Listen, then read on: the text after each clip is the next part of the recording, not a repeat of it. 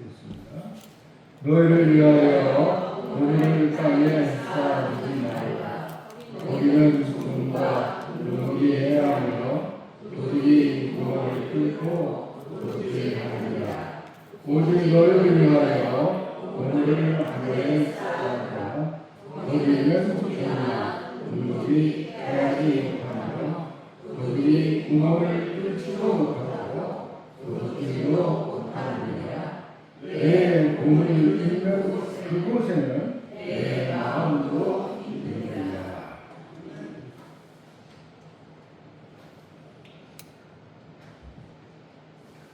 오늘 본문의 말씀으로 내 마음의 현 주소라는 제목으로 하나님 말씀을 드리고자 합니다. 여러분들은 자기 살고 있는 거주지 주소를 다 알고 계시죠? 그런데 요즘에 조금 복잡해요. 옛날에 주소지와 새로운 주소지가 있어서 우리도 지금까지 두 가지를 다 같이 씁니다. 그게 대전시 중구옥계도 22-5번지가 옛날 주소고, 새로운 주소는 대전시 중구 대정로 91번 길 18입니다. 그래서 22-5번지로 많이 썼기 때문에 그냥 편하게 목표로 22-5번지로 사용하는 경우가 많이 있습니다. 우리가 사는 주소지로 주소가 분명해야만 혹시 우편 배달이라든지 또는 택배라든지 또는 사람이 찾아올 때 찾아와서 만날 수가 있습니다. 주소가 많이 틀린다면 여러 가지 혼란스러운 일이 많이 생깁니다. 그런데 그보다 100배, 1000배나 중요한 마음의 현 주소는 어디일까 하는 것이 오늘 본문의 말씀입니다. 너희 보물이 있는 그곳에는 너희 마음도 있다.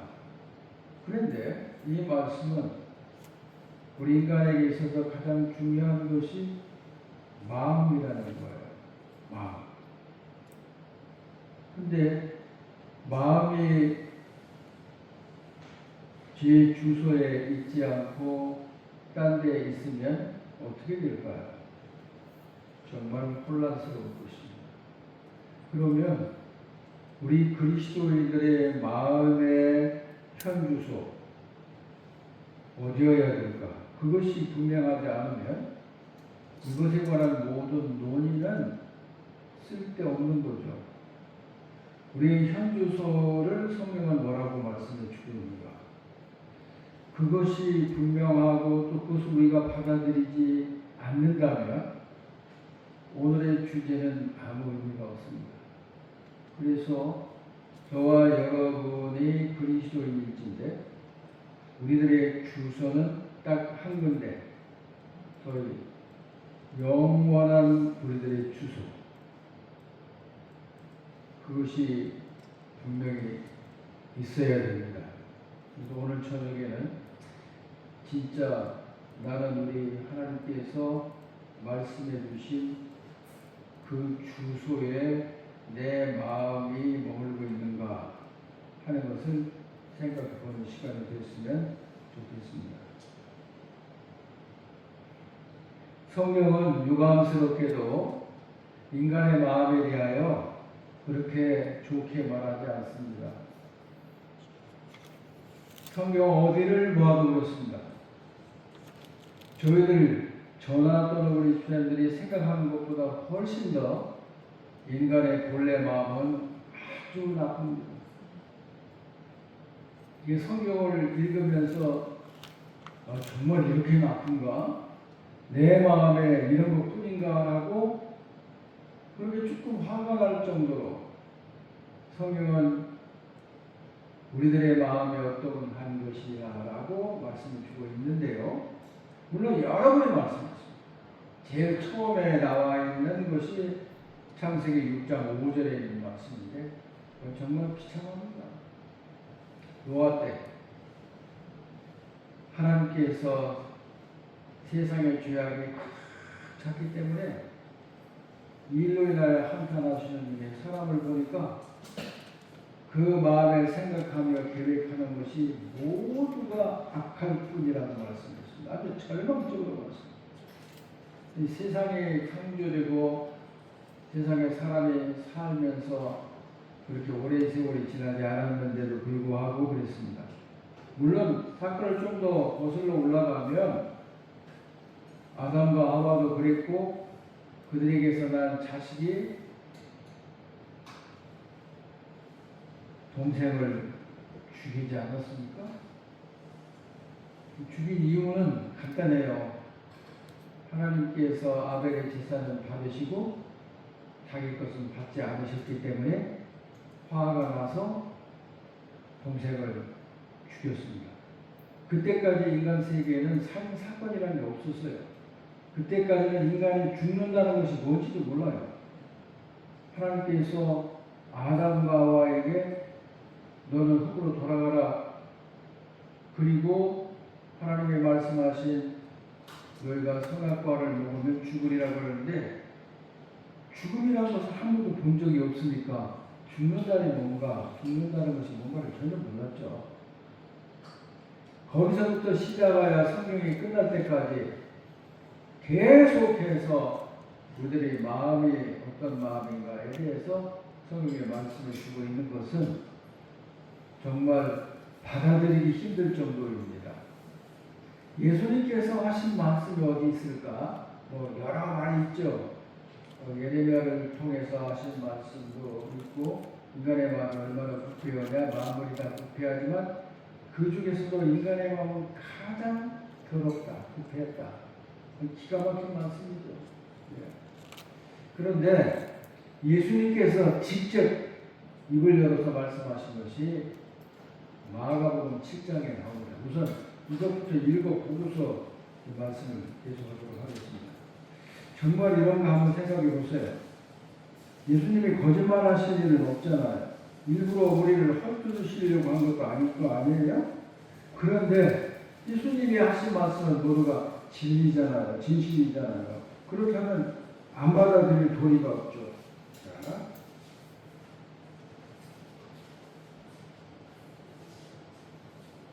마가복음 7장 21절부터 23절까지 말씀 같이 읽도록 하겠습니다.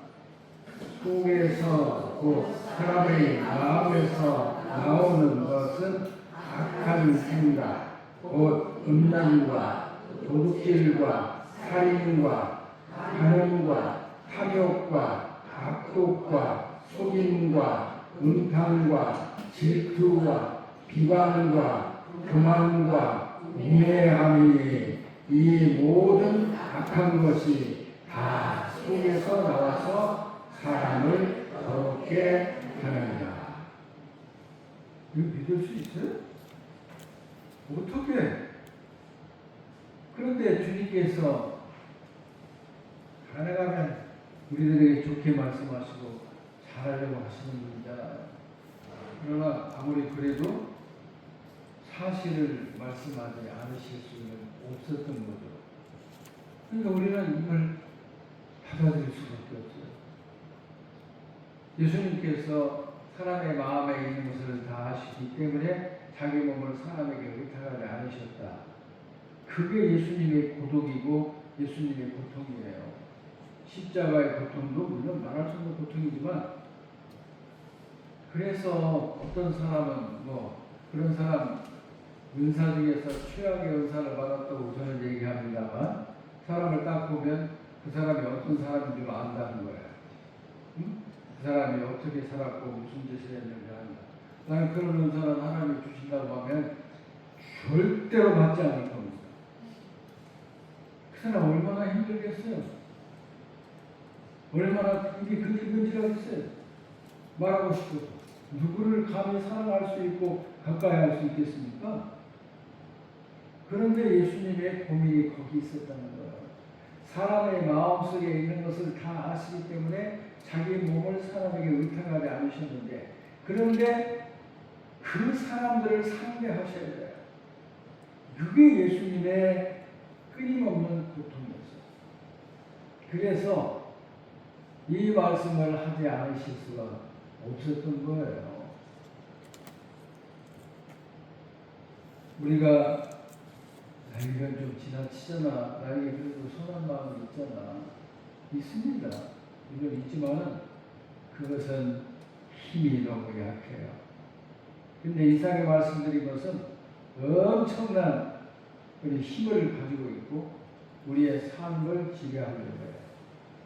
그래서 이 마음의 문제는 정말로 심각하고 우리들의 모든 관심을 이 마음에 집중해서 마음의 변화를 일으켜야 된다는 것이 성경이 주된 교훈인 것입니다. 에스겔을 통해서 하나님은 말씀하시기를 내가 너희들의 돌같이 굳은 마음을 부드럽게 해주겠다고 말씀하셨어요. 우리가 찬송 가야 되는 거죠. 돌같은 내 마음 온독이여 주옵소서. 돌같은 마음이라는 게 뭐예요? 완고한 마음, 고집불통의 마음, 그게 돌같은 마음이에요. 이게 죽은 마음이에요. 굳은 마음이에요.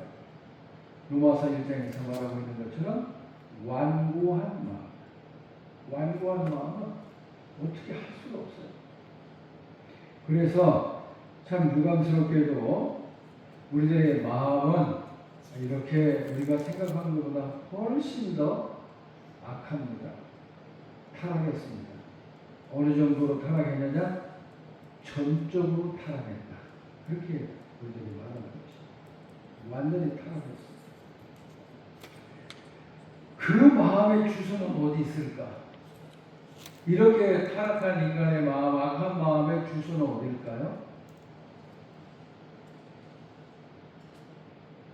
예수님께서 하신 말씀 가운데 요한복음 8장에 보면 너희들은 마귀에게서 났다. 너희들의 애비가 마귀다.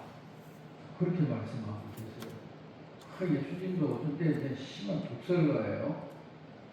뱀의 새끼들아 그렇게 말씀하시는가 하면 네 애비들은 마귀야. 너희는 마귀의 자식들이야. 이렇게까지 막 독설을 퍼부으셨어요. 왜 그렇게 독설을 퍼부으셨을까? 진실을 얘기할 수밖에 없기 때문에 그런 거예요. 그래서 바울은 하나님을 믿지 않는 사람들의 현주소는 어딘가? 그 주소가 불순종이에요. 불순종하는 것이 주소 어디냐면 대전시 불순종 의사는 사람들. 그래서 우리가 우리 마음의 주소를 오늘 저녁에 기필코 찾아내야 됩니다.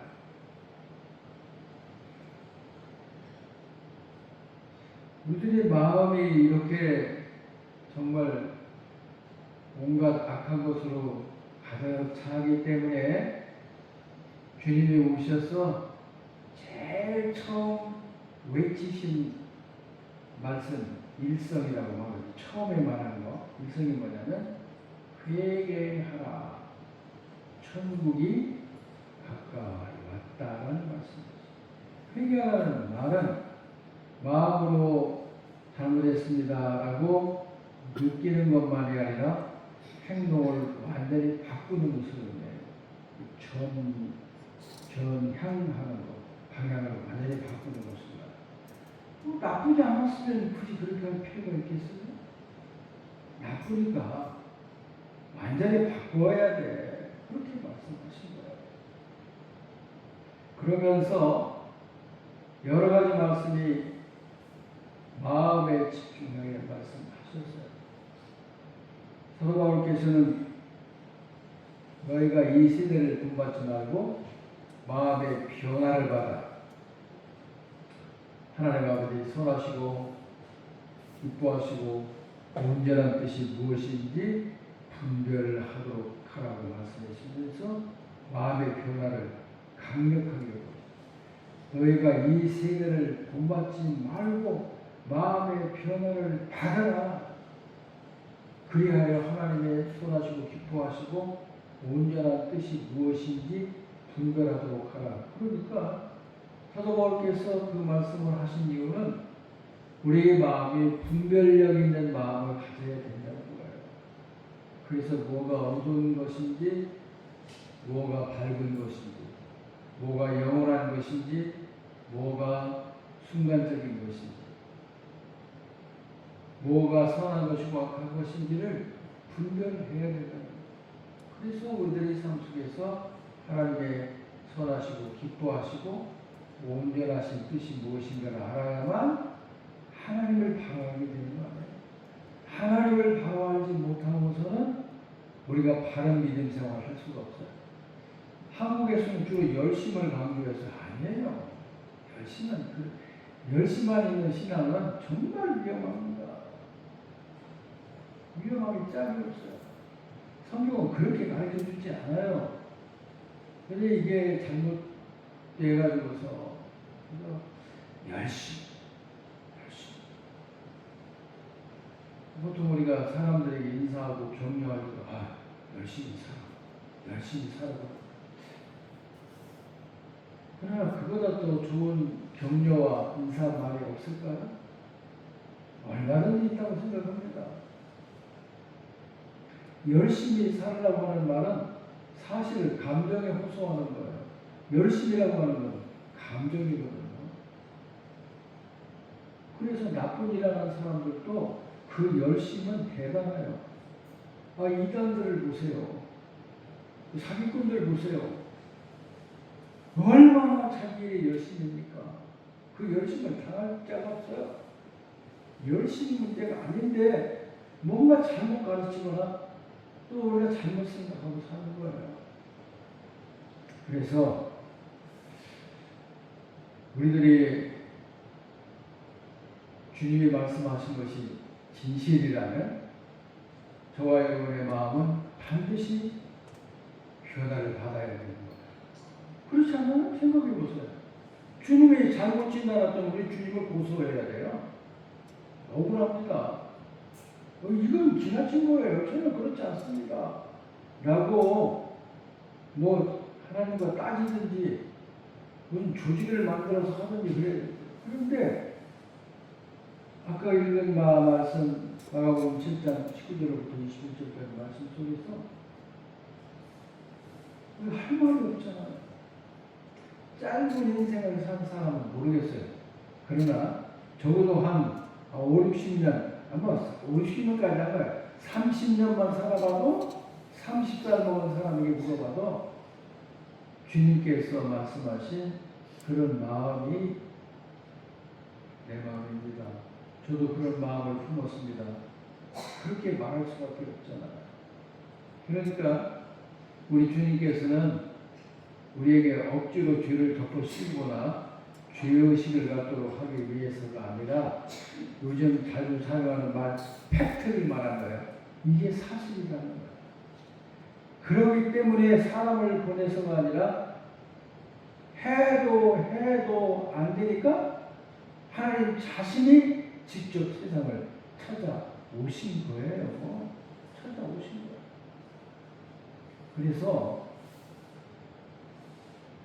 아시는 대로 십자가에 달려 죽으심으로써만 해결될 만큼 인간의 성품, 인간의 마음은 타락했고 스스로 구제할 수 없는 지경이 있었다는 것이 그 행동을 통해서 확실히 증명되는 것입니다. 그러니까 만일 그렇지도 않은데 하나님이 그렇게 하시고 예수 그리스도께서 그런 고난을 당하셨다면 참 하나님은 어리석은 하나님이죠. 하나님의 어리석음이 인간이 가장 지혜롭다는 것보다 더 지혜롭다고 우리는 배웠고 그게 사실이기 때문에 하나님께서 그렇게 하신 데는 그럴 만한 이유가 있고 하나님이라 하실지라도 그렇게 하지 않으면 문제 해결할 수 없다. 그것을 하나님이 실제로 보여주시고 결행하신 거예요. 그러니까 이 하나님의 선언과 하나님의 말씀은 사실이고 그 말씀을 두고 생각할 때 그렇구나.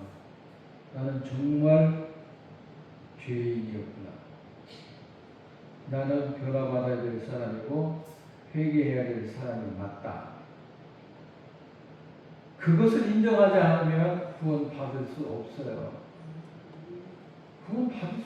구원의 필요도 없잖아요. 내가 죄인이 아니고 그 정도로 악한 자가 아니라면 굳이 내가 구원받을 이유가 어디 있겠어요.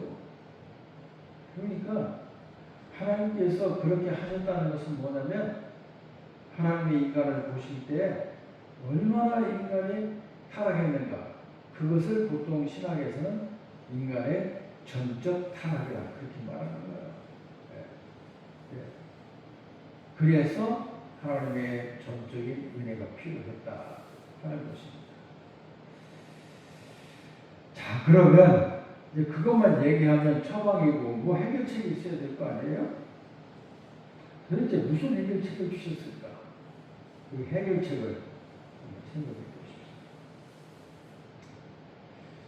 우리들이 마음을 그러면 이렇게 형편없는 이렇게 부패한 마음인데 예수님 만나서 먼저 뭐가 변화해야 되느냐? 마음이 변화해야 돼요. 왜 마음이 변화되어야 하느냐 하면 마음은 사람의 생각, 감정, 의지의 본거지예요. 그거 본부야. 마음이라고 하는 게 나라고 하는 한 인간 존재의 모든 근원이 다 있어요. 자, 그래서 마음의 변화, 생각의 변화가 일어나지 않는 한 우리는 변화된 게 아니에요. 어떤 종교의 의식에 익숙해지고 숙달해지는 것은 그걸 우리가 보통 말하는 종교인이라고 말해요. 우리는 종교인이 돼서 구원받는 게 아니에요. 그게 또한 신앙을 가진 사람에게는 유혹과 위험이 될 수도 있습니다. 그래서 정말 우리의 마음을 어디다 둬야 되느냐. 오늘 우리가 읽은 말씀을 보니까 보물을 하늘에서 하거라. 거면 훔쳐가지도 못하고 독서로서 쓸 수 없게 되는 일도 없다. 그러면서 너희 보물 있는 곳에는 너의 마음도 있다. 그랬단 말이에요. 근데 이걸 잘못 가르치는 사람들도 더 있는 모양이더라고요. 헌금을 많이 하십시오. 헌금을 많이 하는 건 여러분이 헌금하는 대로 하늘나라에 쌓이는 것입니다. 이렇게 가지고 교인들을 속이는 사람도 있나 봐요. 그런 뜻은 전혀 아닙니다. 하나님 나라에서는 돈은 필요가 없는 곳이에요. 우리가 헌금하는 대로 하나님 나라에 우리 통장에 있어서 딱딱 쌓인 그따위 얘기를 하는 거 그렇게 유치하고 그런 추잡한 이 말을 하면 안 돼요. 성경을 제대로 해석해야 되는 거예요. 그러면 누구든지 그렇습니다. 보물이 뭐예요? 보물, 보화, 자기가 가장 소중히 여기는 물건, 그것이 보물이잖아요. 그러면 보물이 있는 것은 자연히 우리 마음이 따라가는데 마음이 따라가니까 그게 귀한 거예요. 안 그래요? 마음이 따라가는데. 근데 이 세상에는 보물이 똑같은 게 아니에요.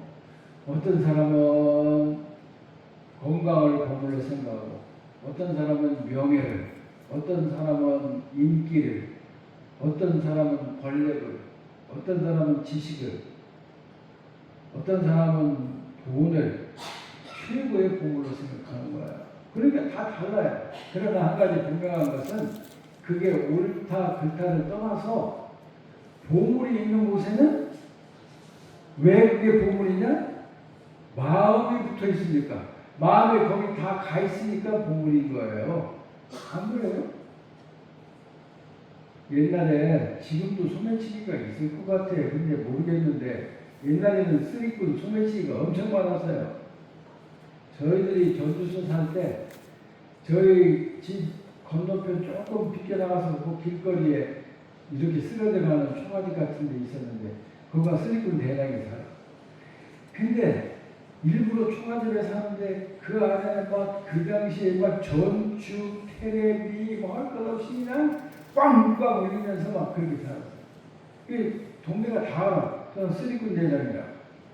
근데 그자들이 하는 방법이 뭐냐? 버스에 타고 나타서 어떤 놈이 그런다는 거야.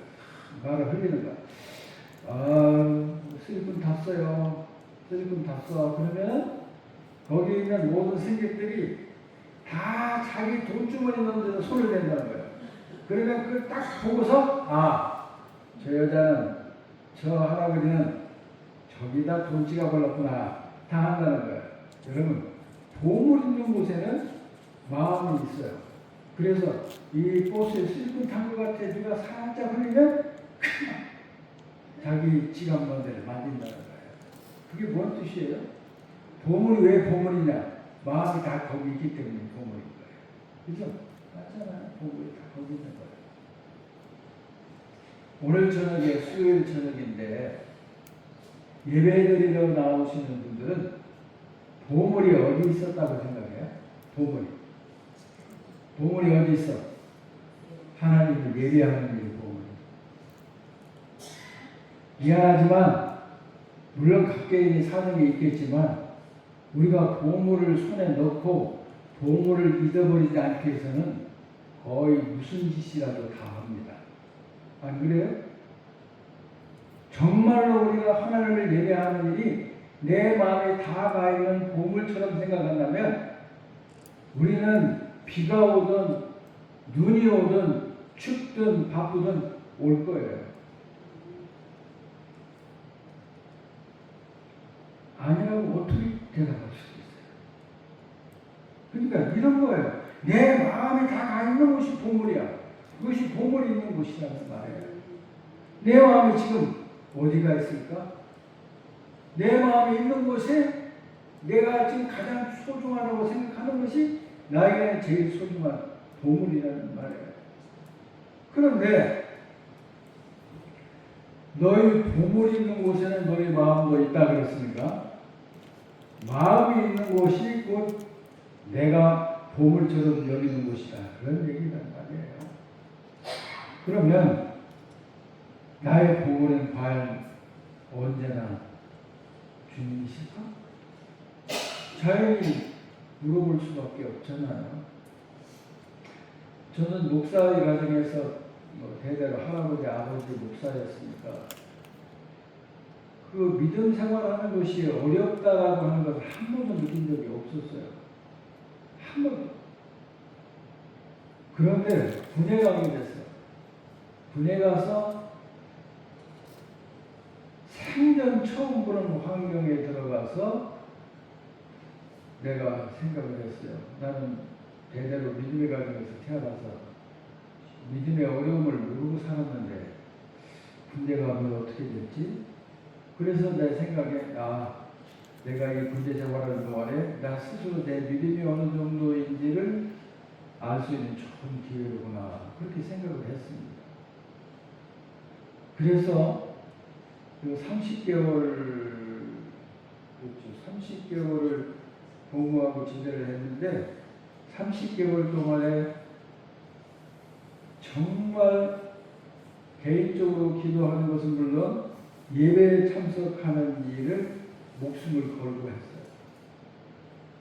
언제 가장 많이 그걸 느꼈느냐 하면 제가 3사단 백골부대에 있었는데 통신중대에 있었는데 그때 우리가 군대 생활할 때 자급자족 하라고 그렇게 내려와가지고 부대들마다 농장이 있어가지고 거기다 채소도 심고 오이도 심고 감자도 심고 별거 다 심었어.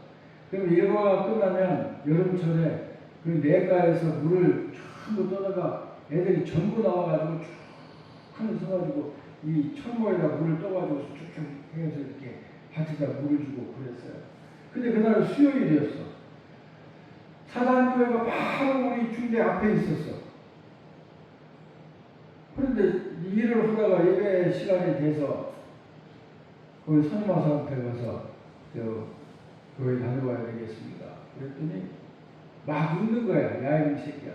지금 이러고 있잖아. 어디 교회를 가? 못 가게 하는 거야. 그래서 두 번 더 얘기했어요. 여기 가깝지 않습니까? 여기 다녀오고 있습니다. 그랬더니 못 간다는 거예요. 갈 수 없다는 거예요. 그래서 철모고 뭐 다 던져들 그냥 가버렸어요. 그리고 나서 수요 예배를 마치고 부대에 들어왔더니 완전 초상집이 됐어.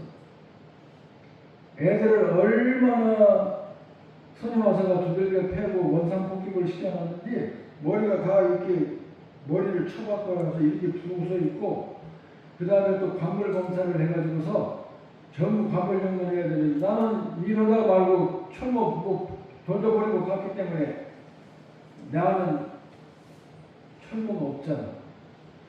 그러니까 이제 나 때문에 그렇게 얻어맞고 고생을 했으니까 우리 소대원들이 얼마나 나를 미워하겠어. 너 때문에, 관련된 너 때문에 그랬다고 하면서. 그리고 그날 가는 날 또 관물검사를 하는데 내가 걸렸지. 나 전부가 없으니까. 아무것도 없어. 그래서 얼마나 얻어맞고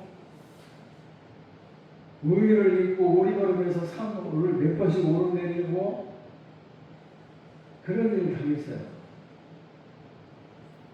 그리고 교회 간다고 얼마나 뺨을 맞았더니 입안이 다 터지고, 또 교회 가겠다고 하니까 엎드려 뻗쳐 시켜가지고 뭐 콘크리트에다 손을 이렇게 하고 엎드려 시켜서 막 입에 감을 수 없는 온갖 욕설을 나 생전에 그렇게 욕 먹어본 적이 없어. 그래도 갔어요. 그랬더니 나중에는 진 거야. 그래가지고 내가 주일날 만든 건 애들이 긴장해가지고 아유 교회가 앞에 우리가 다 할게. 그래서 한 번도 안 빠지고 교회에 있는 동안 3년 동안 교회 예배에 참석했었어요. 그러고 나서 생각해 보니까 그 이후에는 그럴 기회가 없잖아요. 저한테 그럴 기회가 없잖아요. 하나님 감사합니다. 너무나 순탄한 가정에서만 살다가 전혀 다른 세계에 가서 믿음을 지키려고 하니까 그렇게 애를 먹었어요. 그래도 잘 이겨내서 나에게 믿음이 있음을, 내 마음에 하나님께 있음을, 아무리 힘들고 어려운 일이 있을지라도 하나님을 예배하는 일에 대하여서 내가 아주 하나님 앞에 인정을 받았다라고 하는 그런 생각을 아주 가지고 너무 기쁘게 지냈습니다. 내 마음에 정말 하나님께 있는가 하는 것은 시련과 고통을 당할 때 확실히 알 수 있게 됩니다. 제가 그런 얘기 많이 했어요. 정말 하나님을 예배하는 일이 소중하다면 주일날 결혼식이 있는데 중국인 보내든지 전화를 해서 죄송합니다만 제가 그 결혼식에 참석하지 못할 것 같습니다. 양해해 주시기 바랍니다. 왜 그렇게 말 못합니까?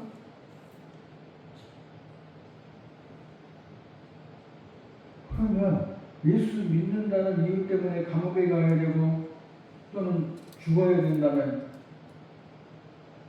그럴 수 있겠어요? 결혼식도 예의 때문에, 체면 때문에 예배드리지 않고 거기 참석해야 되는 사람이 예수 믿으면 감옥에 가야 되고 예수 믿으면 형벌을 받아야 된다. 그러면 예수님 과연 믿을 수 있겠어요? 저는 그런 생각을 했어요. 그것까지도 하나도 주님을 위해서 아무것도 거절하지 못하고 아니라고 하지 못하는 그 사람이 도대체 어디서 믿음을 볼 수 있는가? 난 지금도 그 생각은 변함이 없어요. 주님을 위해서 내 마음이 결혼식이 아니라 주님에게 있습니다. 내 마음이 노는 데 있는 것이 아니라 주님을 예배하는 데 있습니다. 이것을 보여줄 수 있는 기회가 찾아왔는데도 불구하고 번번이 예수님을 밀려나는 거예요. 체면 때문에, 예의 때문에. 얼마나 우리가 이런 일 저런 일을 위해서 주님을 함부로 대하고 주님에게 어떤 존경심도 표현하지 못하고 아무 일 없을 때 그때는 즐거이 예배드리며 은혜가 어쩌고 저쩌고 정말 가소롭다는 생각이 들어요. 잘 생각해 보세요. 우리의 마음에 정말로 주님에게 있습니까? 그렇다면 뒤에 돌아보지 말아야죠. 뒤돌아보지 말고 내 마음에 있는 곳, 나의 보물 있는 예수에게 가야 됩니다. 그게 예배이든 그게 기도이든 그게 무엇이든지 간에 말해요. 하나님은 일생 동안에 저와 여러분에게 내 마음에 주님께 있습니다라고 하는 것을 고백할 수 있는 기회를 수천 수만 번 주신 거예요. 그래서 이 성경은 우리들에게 우리의 현 주소를 설명해 주고 있는데 그 대표적인 성경이 요한복음 15장 4절입니다. 그럼 찾아봅시다. 요한복음 15장 4절입니다.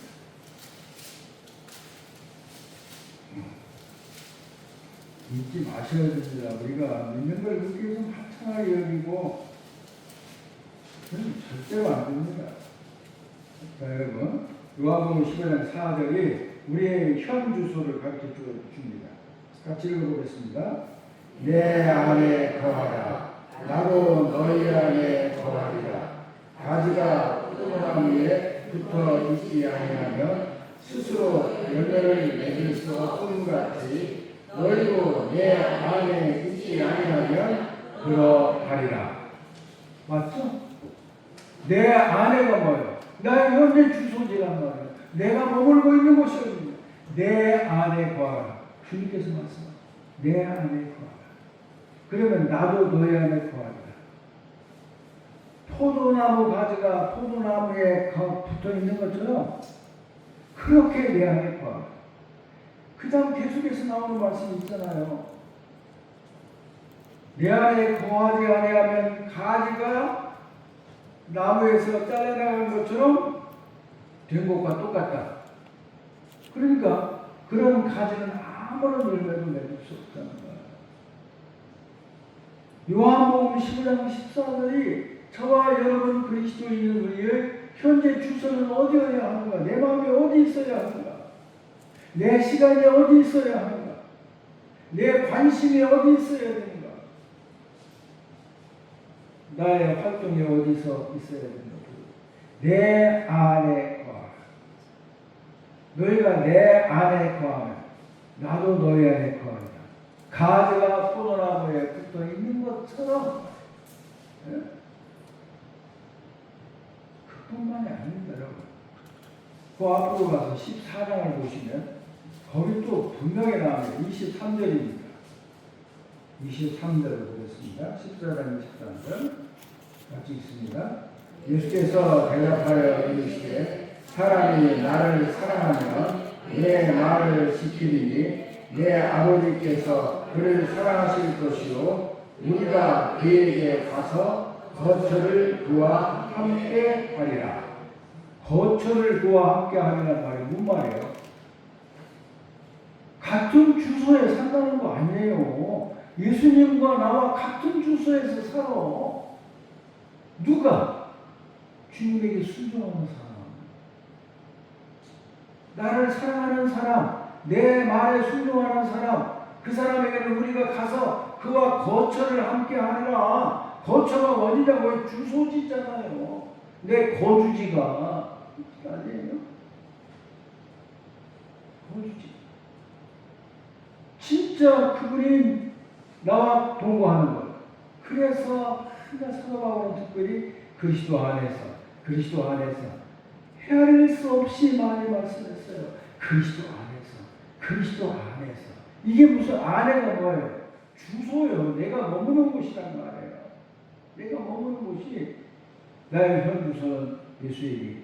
예수와 동일한 주소에 산다는 말이에요. 동거인이라 그 말이에요. 가족이라는 얘기예요. 그러니까 우리들이 예수님에게 마음을 품고 있으면 그 말이 무슨 말이냐면 예수님 말이 본분이십니다. 아무거나도 바꿀 수가 없어요. 바꿀 수가 없다는 얘기야. 여러분, 세상에 바꿀 수 없는 것이 딱 하나 있습니다. 성경을 보면 뭐라고 했습니다. 만일 너희가 온 천하를 얻고도 목숨을 잃으면 그 그것이 너 좋은 천하가 너에게 무슨 유익이 있으려? 사람이 자기 목숨과 무엇과 바꿀 수 있겠느냐? 뭘 바꿀 수 있어? 여러분 목숨 나 줄게. 나 목숨 줄게. 그거 줘. 그렇게 있습니까? 목숨과 바꿀 수 있는 건 아무것도 없다는 거예요. 다시 말하면 이 세상에는 가장 소중한 것, 절대로 다른 것으로 대신할 수 없고 바꿀 수 없는 것이 있다는 거예요. 그게 뭐예요? 그게 우리의 목숨, 생명이라는 거예요. 우리 생명이라는 거예요. 생각해 보세요. 목숨과 맞바꿀 수 있는 것이 있느냐고 말이에요. 없잖아요. 절대적으로 귀한 것이 있다는 거예요. 아무거나 바꿀 수 없는 것이 있다는 거예요. 그게 뭐예요? 그게 목숨이라는, 그게 생명이라는 거예요. 그죠? 왜 기독교 진리가 진리인지를 말씀드리겠습니다. 자, 베드로전서 1장 9절에 가면 믿음의 결국 곧 영원의 구원을 받으리라. 믿음은 뭐죠? 구원받는 거예요. 영생을 얻는 것이, 영원한 생명을 얻는 것이 우리 신앙의 목적이라고요. 그것을 주님이 우리에게 주신다는 거예요. 그럼 어떻게 해서 그걸 우리가 받습니까? 믿음으로 받잖아요. 그러면 예수님은 우리 어디 계시죠? 예수님 우리 어디 계셔요? 아이, 똑똑히 얘기해. 예수님 우리 어디 계셔? 마음에 계셔? 그럼 내 중심에 계시네? 그럼 어떻게 계셔? 어떻게 해서 그분이 내 마음에 오셨어? 어떻게 오셨어?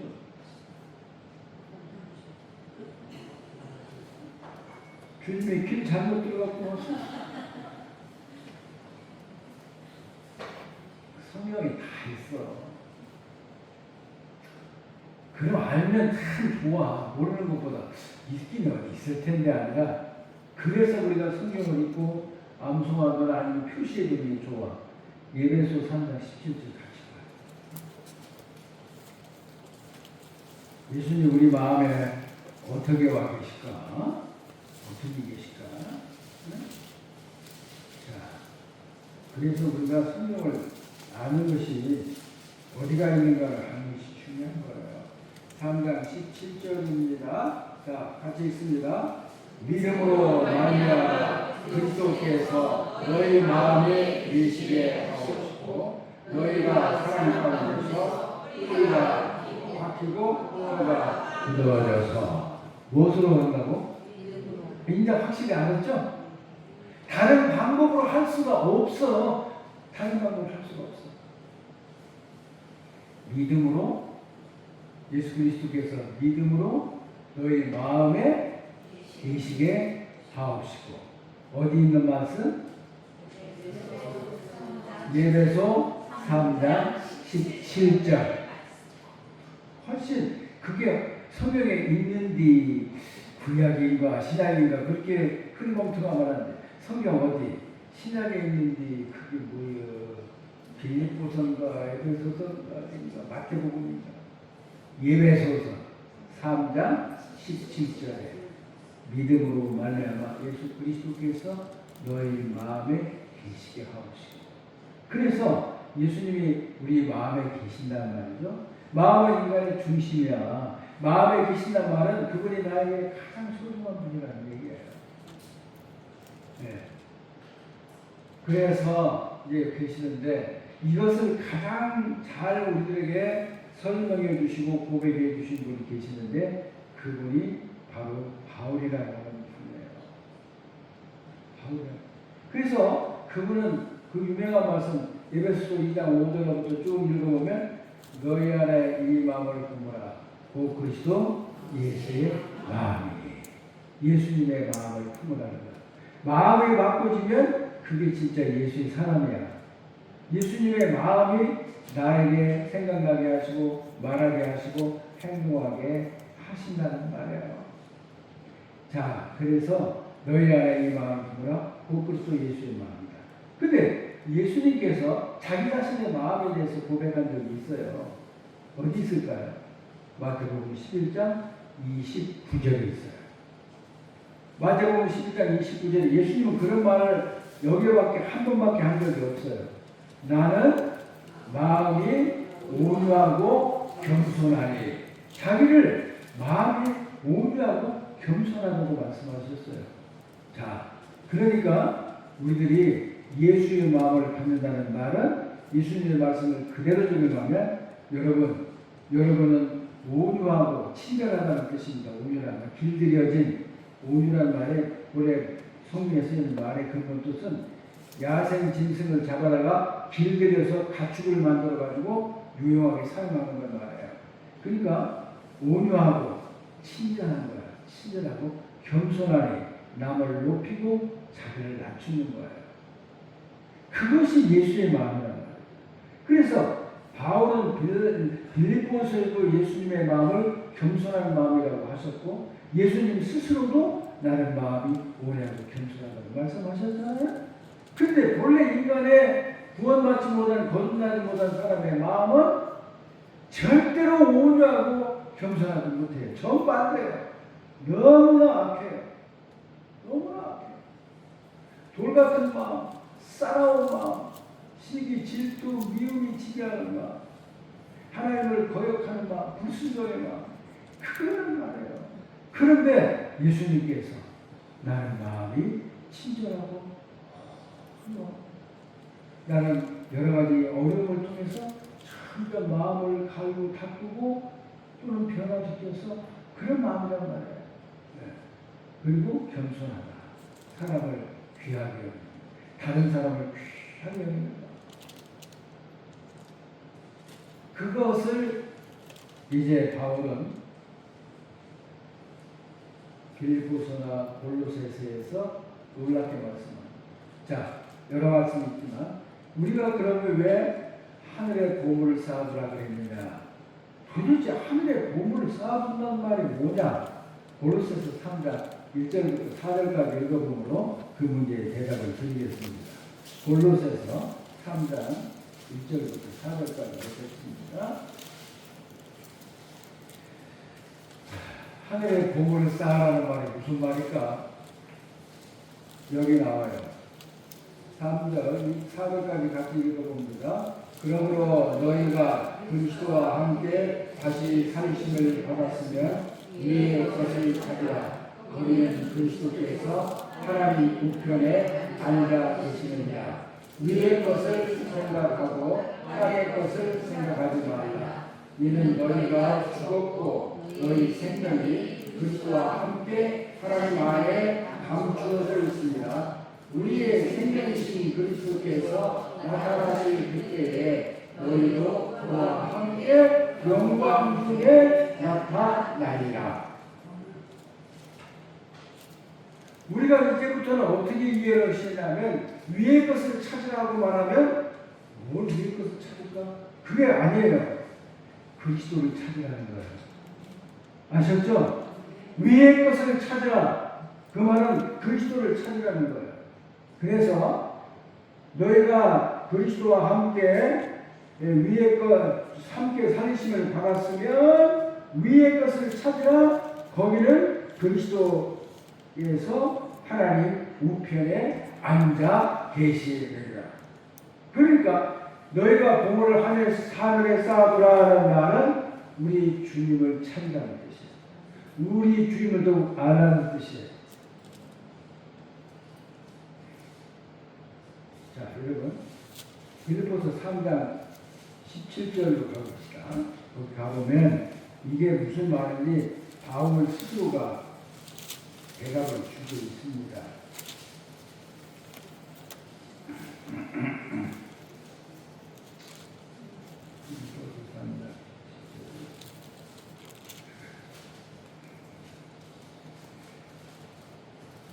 바울이 왜 예수님을 자기 보물로 생각했느냐? 여기 나옵니다. 7절입니다. 7절, 8절 계속 읽어봅시다. 그러나 무엇이든지 내게 유익하는 것을 내가 그리스도를 위하여 해로 여길 뿐더러 또한 모든 것을 해로 여김은 내 주 그리스도 예수를 아는 지식이 가장 고상하기 때문이라. 내가 그를 위하여 모든 것을 잊어버리고 배설물로 여기면 그리스도를 얻고 그 안에서 발견되려 하느니 내가 가진 우리는 율법에서 난 것이 아니요 그리스도를 믿음으로 말미암은 것이니 곧 믿음으로 하나님께로부터 난 것이다.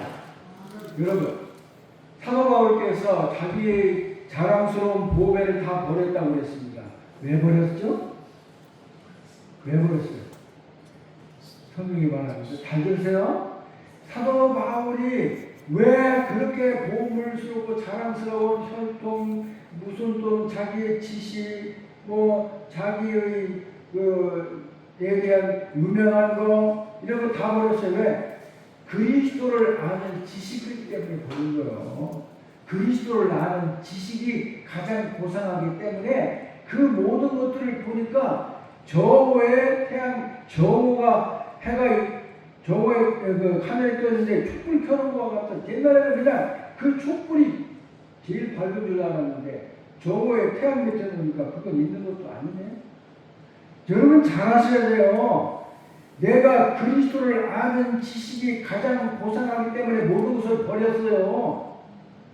그리스도를 아는 지식, 그리스도를 아는 지식, 하늘에 보물을 쌓아두라. 거기는 예수 그리스도가 계신데 그분이 너희들의 보배이다. 뭐가 보배? 그리스도를 아는 지식이 보배다.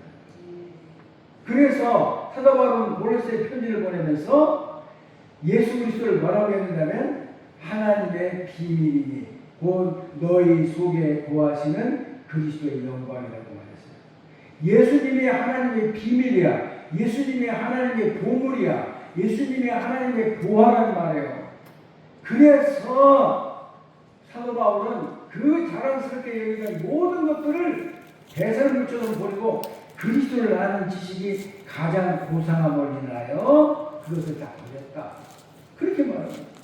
그리고 오직 예수에게만 올인했습니다. 올인했어요. 모든 것을 집중시키고 모든 것을 그분에게 쏟아 부으셨다는 얘기예요. 그래서 사도 바울은 평생에 그렇게만 그의 최고의 신앙 고백인 갈라디아서 2장 20절 그런즉 이제는 내가 산 것이라 오직 내 안에 그리스도께서 사신 것이다. 내가 이 육체 가운데 사는 것이다. 나를 위해 자기 몸을 보신 하나님의 아들을 믿는 믿음 안에서 사는 것이다. 여러분 그것이 사도 바울의 최고의 신앙 고백. 내 안에 그리스도께서 사신 것이다. 내가 이 육체 가운데 사는 것은 나를 사랑하사 자기 자신을 버리신 하나님의 아들을 믿는 믿음 안에서 살고 있는 것뿐이야. 그러니까 우리들의 현 주소는 예수 그리스도예요. 네. 그분이 나의 보물이야. 나의 보물이야. 여러분이 보물 같으면 어떻게 취급해요? 네? 우리들이 일상생활 속에서 하나님은 나의 보물이라는 말은 나의 마음은 전부 하나님께 있습니다. 90% 하나님에게 있고 10%는 여기저기 갈라놓는 게 아니라 내 마음의 전부를 왜 그러느냐? 하나님이 나에게 그렇게 하셨습니다. 하나님이 나한테 그렇게 했어요. 하나님이 나에게 하나님에게 있어서 보물은 나예요. 여러분 자신이 다 하나님의 보물이란다. 오직 하셨으면 자기 아들의 목숨까지 주시고 우리를 구원하려고 하셨겠어요. 그러니까 사랑하는 성도 여러분, 예수 그리스도는 하나님의 비밀이시고 하나님의 보물이십니다. 그분은 너희 안에 계신 그리스도니 예수 그리스도는 하나님의 영광이고 나의 영광이에요. 그러므로 이제부터 우리들이 너희 보물 있는 곳에는 너희 마음도 있다. 예수님이 나에게 최고의 보물이다. 그분과는 아무것도 비교할 수 없다. 그렇다면 예수님에게 우리 마음을 드리세요. 네? 그리고 우리의 삶을 드리세요. 우리의 행동을 드리시라고요. 입으로만 그렇게 하지 맙시다. 이 말씀 보면서 주님 맞습니다. 내가 살아도 누려야 살고 죽어도 누려야 살아 죽으나 내 몸에서 그리스도가 존귀하게 되기를 원합니다. 이런 것이 바로 모든 예수에게 마음을 둔 사람이에요. 그가 모든 사람을 대신하여 주었으니 그가 우리를 대신하여 죽으시는 산자들로 하여금 다시는 자기 자신을 위해 살지 않고 그들을 대신하여 죽었다 살아나신 그리스도를 위해서 살게 하게 하십니다. 그럴 때 사랑하는 성도 이런 말을 들으신 적이 있습니까? 마음이 생각을 지배하면 외국 사람들, 미국 사람들은 여기가 머리가 생각이 머리고 하트가 마음이야. 그래서 마음의 생각을 지배하면 감동이고 그 다음에 생각이 마음을 지배하면 의지적이다. 똑똑하다. 다시 말합니다. 마음이 머리를 생각을 지배하면 감동적인 삶이고 생각이 마음을 지배하면 의지적인 삶입니다. 똑똑한 삶입니다. 뭘 선택하시겠습니까? 감동적인 삶을 선택하시겠습니까? 똑똑하다는 소리를 듣고 싶으십니까?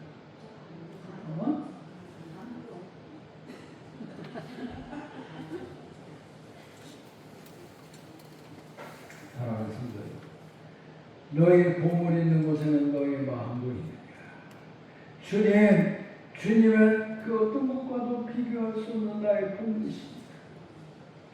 아무도 주님과는 비교하지 않겠습니다. 않겠습니다.